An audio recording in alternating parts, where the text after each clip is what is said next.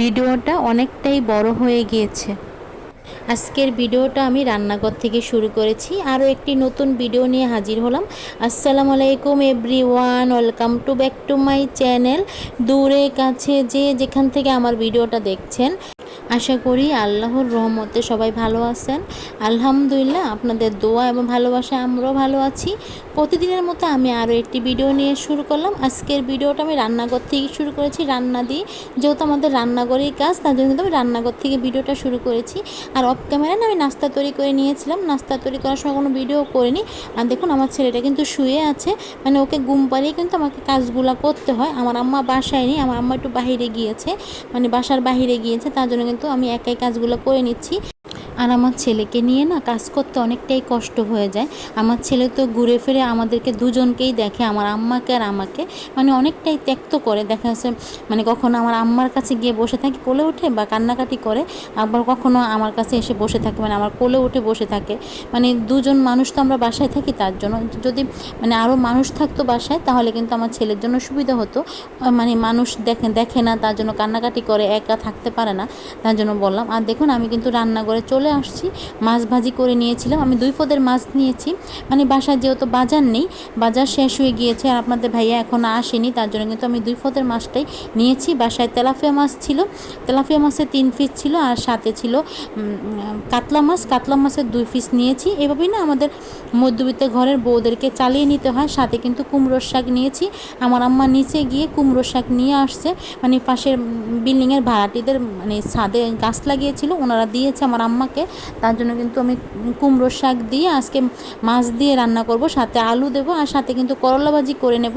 মাছটা কিন্তু ভেজে নিয়েছি লাল করে। এখন কিন্তু মাছের মাথাগুলো ভালো করে ভেজে নিচ্ছি। মাছের মাথাগুলো যদি ভালো করে ভাজা হয় তাহলে কিন্তু খেতে ভালো লাগে, তার জন্য কিন্তু মাছের মাথাগুলো লাল করে ভেজে নিলাম। আর মাছের মাথা ভাজা হয়ে গিয়েছে। মাঝখান দিয়ে আমার ছেলে কিন্তু ঘুম থেকে উঠে গিয়েছিল, তার জন্য ওকে খাবারটা খাইয়ে তারপরে কিন্তু আমি চলে আসলাম আবার রান্নাঘরে, মানে রেখে আসছি আমার আম্মার কাছে। আমার আম্মা এখন চলে আসছে নিচের থেকে। আর এখন কিন্তু আমি করলা ভাজিটা বসিয়ে দিচ্ছি। আজকে করলা ভাজি করব, আর কুমড়োর শাক সাথে আলু দিয়ে কিন্তু মাছ দিয়ে রান্না করব। আমাদের মধ্যবিত্ত ঘরের বউদের না সব দিকে ম্যানেজ করে চলতে হয়। এই যে দেখুন, বাজার শেষ হয়ে গিয়েছে, আমাদের কিন্তু এভাবেই চলে নিতে হয়। একটা করলা ছিল, সাথে কিন্তু 2টা আলু দিয়েছি, মানে 3টা আলু দিয়েছি, 3টা আলু দিয়ে এখন কিন্তু ভাজি করে নিচ্ছিলাম। যেহেতু বাসায় বাজার শেষ হয়ে গেছে, আবার দেখুন মাছের বাজারও কিন্তু শেষ হয়ে গিয়েছে। আপনাদের ভাইয়া এখন আসতে পারছে না, মানে কিশোরগঞ্জ থেকে। আমি তো আগের একটা ভিডিওতে বলেছিলাম আপনাদের ভাইয়া অফিসের কাজে মানে কিশোরগঞ্জ গিয়েছিল। এখনও কিন্তু আপনাদের ভাইয়া আসতে পারেনি। আর বাসায় যে টাকা পাঠাবে, টাকা পাঠালেও কিন্তু মানে আমরা কিন্তু বাজার করতে পারবো না, যেহেতু আমার আম্মা বাজার কখনো করেনি। আর আমার যেহেতু আপনাদের ভাইয়া বাসায় মাছ কেটে নিয়ে আসতো বাজার থেকে, তার জন্য কিন্তু এখন যেহেতু আমার ছোট বাবু আছে বা ছোট ছেলে, তার জন্য কিন্তু আমি এখন বাসায় কোনো মাছ কাটতে পারবো না, তার জন্য কিন্তু বাজার করে নিতে পারছি না। এই জন্য বললাম, আমরা মধ্যবিত্ত ঘরের বউরা না মানে সব দিক দিয়ে মানিয়ে চলার চেষ্টা করি। মানে একা আমি না, সবাই কিন্তু এই কাজটাই করে থাকে। মানে যখন যে জিনিসটা না থাকে, চেষ্টা করে এটার সাথে আরেকটা মিলিয়ে রান্না করার জন্য, যাতে কিছুদিন মানে চলা যায়, তার জন্য বললাম। আমি না করলা ভাজিটা করে নিয়েছিলাম, পরে আর কোনো ভিডিও করিনি, মানে অফ ক্যামেরায় করা হয়ে গিয়েছিল। এখন কিন্তু মাছের তরকারিটা রান্না করে নেব। প্রথমে কিন্তু পেঁয়াজ দিয়েছি, পেঁয়াজটা ভালো করে ভেজে নেওয়ার পর আমি আদা রসুন বাটা দিয়েছি অল্প কিছুটা পরিমাণে, সাথে কিন্তু লবণটা দিয়ে দিলাম। লবণটা দিলে কিন্তু আদা রসুন বাটাটা কিন্তু ছিটকায় না, তার জন্য বললাম, মানে ছিটা আসে না গায়ে, তার জন্য বলছি কথাটা। আর আমি কিন্তু চুলাটা কিন্তু লো আঁচে রেখেছি, যেহেতু আমি এখন কারেন্টের চুলায় রান্না করি, তার জন্য কিন্তু লো আঁচেই রান্নাটা করি। আর আমার কাছে না কারেন্টের চুলায় রান্না করতে ভালো লাগে। দেখা যাচ্ছে মানে রান্নাটা বসিয়ে চুলাটা অফ করে গেলেও কিন্তু দেখা যাচ্ছে মাছটা ভাজা হয়ে যায়, এরকম একটা অবস্থা। মানে যেহেতু আমার ছেলেটা আমার ছোটো, ও কান্না করলে কিন্তু চুলা অফ করে রেখে চলে যেতে হয় আমার, তার জন্য বললাম। আর দেখুন, মশলাটা যাতে না পুড়ে যায়, তার জন্য অল্প কিছুটা পরিমাণে পানি দিয়েছি। পানি দেওয়ার পর এখন গুঁড়ো মশলা দিয়ে দিলাম। প্রথমে দিয়েছি আমি হলুদের গুঁড়া, তারপর দিয়ে দিচ্ছি ধনিয়ার গুঁড়া, মানে ধনিয়ার গুঁড়ি জিরার গুঁড়ি কিন্তু একসাথে আমার মিক্স করা থাকে, একসাথে মিক্স করে কিন্তু আমি ব্লেন্ডারটা করে থাকি, তার জন্য বললাম। আবারও আমি অল্প কিছুটা পরিমাণে পানি দিয়েছি। আমি না পানি গরম করে রেখে দিই জকেতে, তার জন্য কিন্তু পানিটা আমি এভাবে দিতে পারি। এখন কিন্তু পরিমাণ মতো মরিচের গুঁড়োটা দিয়ে দিচ্ছি। মরিচের গুঁড়োটা একটু বেশি দিয়েছি, তবে মরিচটা কিন্তু দেখতে লাল, ততটা ঝাল হবে না। তার জন্য বললাম আমাদের মরিচের গুঁড়োটা না দেখতে লাল, মানে অতটা ঝাল হয় না তরকারি, তার জন্য বললাম। আর কালার না হলে দেখা যাচ্ছে আমরা খেতে পারি না তরকারিটা, তার জন্য একটু মরিচটা আমি একটু বেশি দিই যাতে তরকারিটা কালার হয়, তার জন্য বললাম। আর দেখুন মশলাটা ভালো করে কষিয়ে নিয়েছি, মশলা থেকে কিন্তু তেল ছেড়ে দিয়েছে। এই পর্যায়ে আমি কিন্তু কেটে ধুয়ে রাখা যে আলুটা নিয়েছিলাম, চিকন করে আলুটা আমি কেটে নিয়েছি। আলুটা দিয়ে কিন্তু এখন ভালো করে মশলার সাথে কষিয়ে নেব। চেষ্টা করব যাতে 70% আলুটা সিদ্ধ হয়ে যায়, যেহেতু শাকগুলো নরম, মানে কুমড়োর শাকে মানে ডোগা এগুলো কিন্তু নরম ছিল, তার জন্য কিন্তু আমি আলুটা ভালো করে সিদ্ধ করে নেব কষিয়ে। আর দেখুন আমার কিন্তু আলুটা ভালো করে কষানো হয়ে গিয়েছে, আমি কিন্তু চেক করে দেখাচ্ছি। আর দেখুন আলুটা কিন্তু সিদ্ধ হয়ে গিয়েছে, মানে 70% কিন্তু সিদ্ধ হয়ে গেছে, বাকিটা কিন্তু শাকের সাথে মানে এসে পড়বে, তার জন্য বললাম। আর দেখুন শাকগুলো দিয়ে দিচ্ছি। এখানে শাক অল্প কটা ছিল, মানে বেশি না, অল্প পরিমাণে কিন্তু শাক দিয়ে রান্না করলে খেতে ভালো লাগে। যেহেতু আমি খাওয়ার পরে বয়সটা দিয়েছি, মানে আমাদের কাছে কিন্তু খেতে ভালো লেগেছে, আমার আম্মার কাছে আর আমার কাছে কিন্তু খেতে ভালো লেগেছে। যখন মানে এই তরকারিটা রান্না করতেছিলাম তখন কিন্তু জানতাম না যে আপনাদের ভাইয়া আসবে। আপনাদের ভাইয়া কিন্তু সন্ধ্যার সময় এসেছিল, আপনাদের ভাইয়াও কিন্তু মানে খেয়েছিল, এসে ভাত খেয়েছিল। আপনাদের ভাইয়া মানে ভোর 5টায় রওনা দিয়েছে, সন্ধ্যার সময় এসে বাসায় পৌঁছেছে বাবুরহাটে, তার জন্য বললাম। যেহেতু আমরা মানে চাঁদপুর থাকি, বাবুরহাট এসে নামে তারপরে কিন্তু বাসায় এসেছে। আর দেখুন তরকারিটা কিন্তু ভালো করে কষিয়ে নিয়েছি।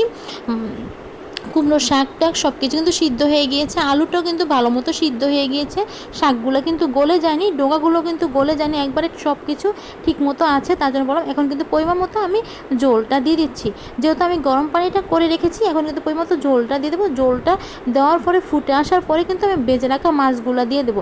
আর দেখুন আমি কিন্তু এখন ঢাকনা দিয়ে কিছুক্ষণ তরকারিটা বলক উঠিয়ে নেব, বলক উঠে গেলে তারপরে কিন্তু আমি মাছগুলো দিয়ে দেবো। আর দেখুন আমার আম্মা না নিচ থেকে কেলাকুচু পাতা নিয়ে আসছে, আমরা তো কেলাকুচু পাতা বলি এগুলাকে, মানে বিভিন্ন জায়গায় হয়তো বিভিন্ন নাম থাকতে পারে, এগুলো না ডায়াবেটিসের জন্য খাওয়া নাকি ভালো, তার জন্য আমার আম্মা নিয়ে আসছে বড়া খাওয়ার জন্য।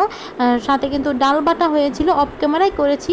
আর কেলাকুচু পাতাটা কিন্তু চিকুন করে কেটে নেওয়া হয়েছে শাকের মতো। এখন কিন্তু আমি বড়া তৈরি করার জন্য ডালটা ভালো করে মেখে নেব শাকের সাথে। আমি শুধু হলুদ দিয়েছি, সাথে লবণ দিয়েছি, আর সাথে কিন্তু 2টা কাঁচামরিচ দিয়েছিলাম। 2টা কাঁচামরিচ দিয়েছি, বেশি ঝাল দেয়নি, যেহেতু বড়া খাবো তার জন্য কিন্তু। আর গরম ভাতের সাথে না এই বড়াটা খেতে ভালো লাগে, তার জন্য বললাম। আর বড়াটা যখন তৈরি করেছিলাম, গরম ভাতের সাথে বড়াটা খেয়েছিলাম, খেতে না অনেক ভালো লেগেছে। এরকম বড়া যদি হয় গরম ভাতের সাথে কিন্তু খেতে অনেকটাই ভালো লাগে, তার জন্য বললাম।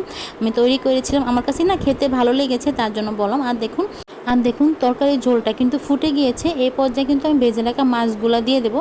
যেহেতু আমি এখানে 2 পদের মাছ নিয়েছি, কাতলা মাছ নিয়েছি 2 খাড়ি, সাথে কিন্তু তেলাপিয়া মাছও নিয়েছিলাম, মানে তেলাপিয়া মাছের মাথা ছিল, সাথে লেজা ছিল, তার জন্য কিন্তু আমি মিক্স করে রান্না করে নিচ্ছি, তার জন্য বললাম। আর দেখুন কুমড়োর শাক দিয়ে কিন্তু রান্না করে নিচ্ছি, যেহেতু বাসায় কোনো বাজার ছিল না, তরকারি ছিল না, তার কারণে কিন্তু এভাবেই রান্না করে নিচ্ছি।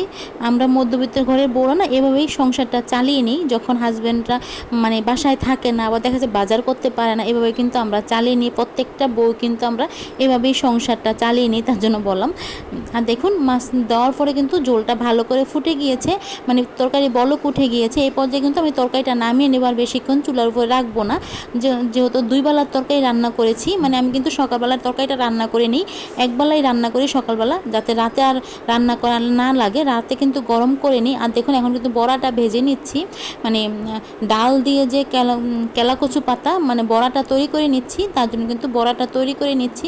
আর এই বড়াটা ভাজতে না একটু সময় নিয়ে ভাজতে হয়, একবারে চুলার আঁচটা লো আছে রেখে কিন্তু বড়াটা ভাজলে খেতে ভালো লাগে। আর দেখুন কয়েকটা ভেজে নিয়েছিলাম অফ ক্যামেরায়, আমার আম্মাকে না দিয়েছিলাম গরম অবস্থায়,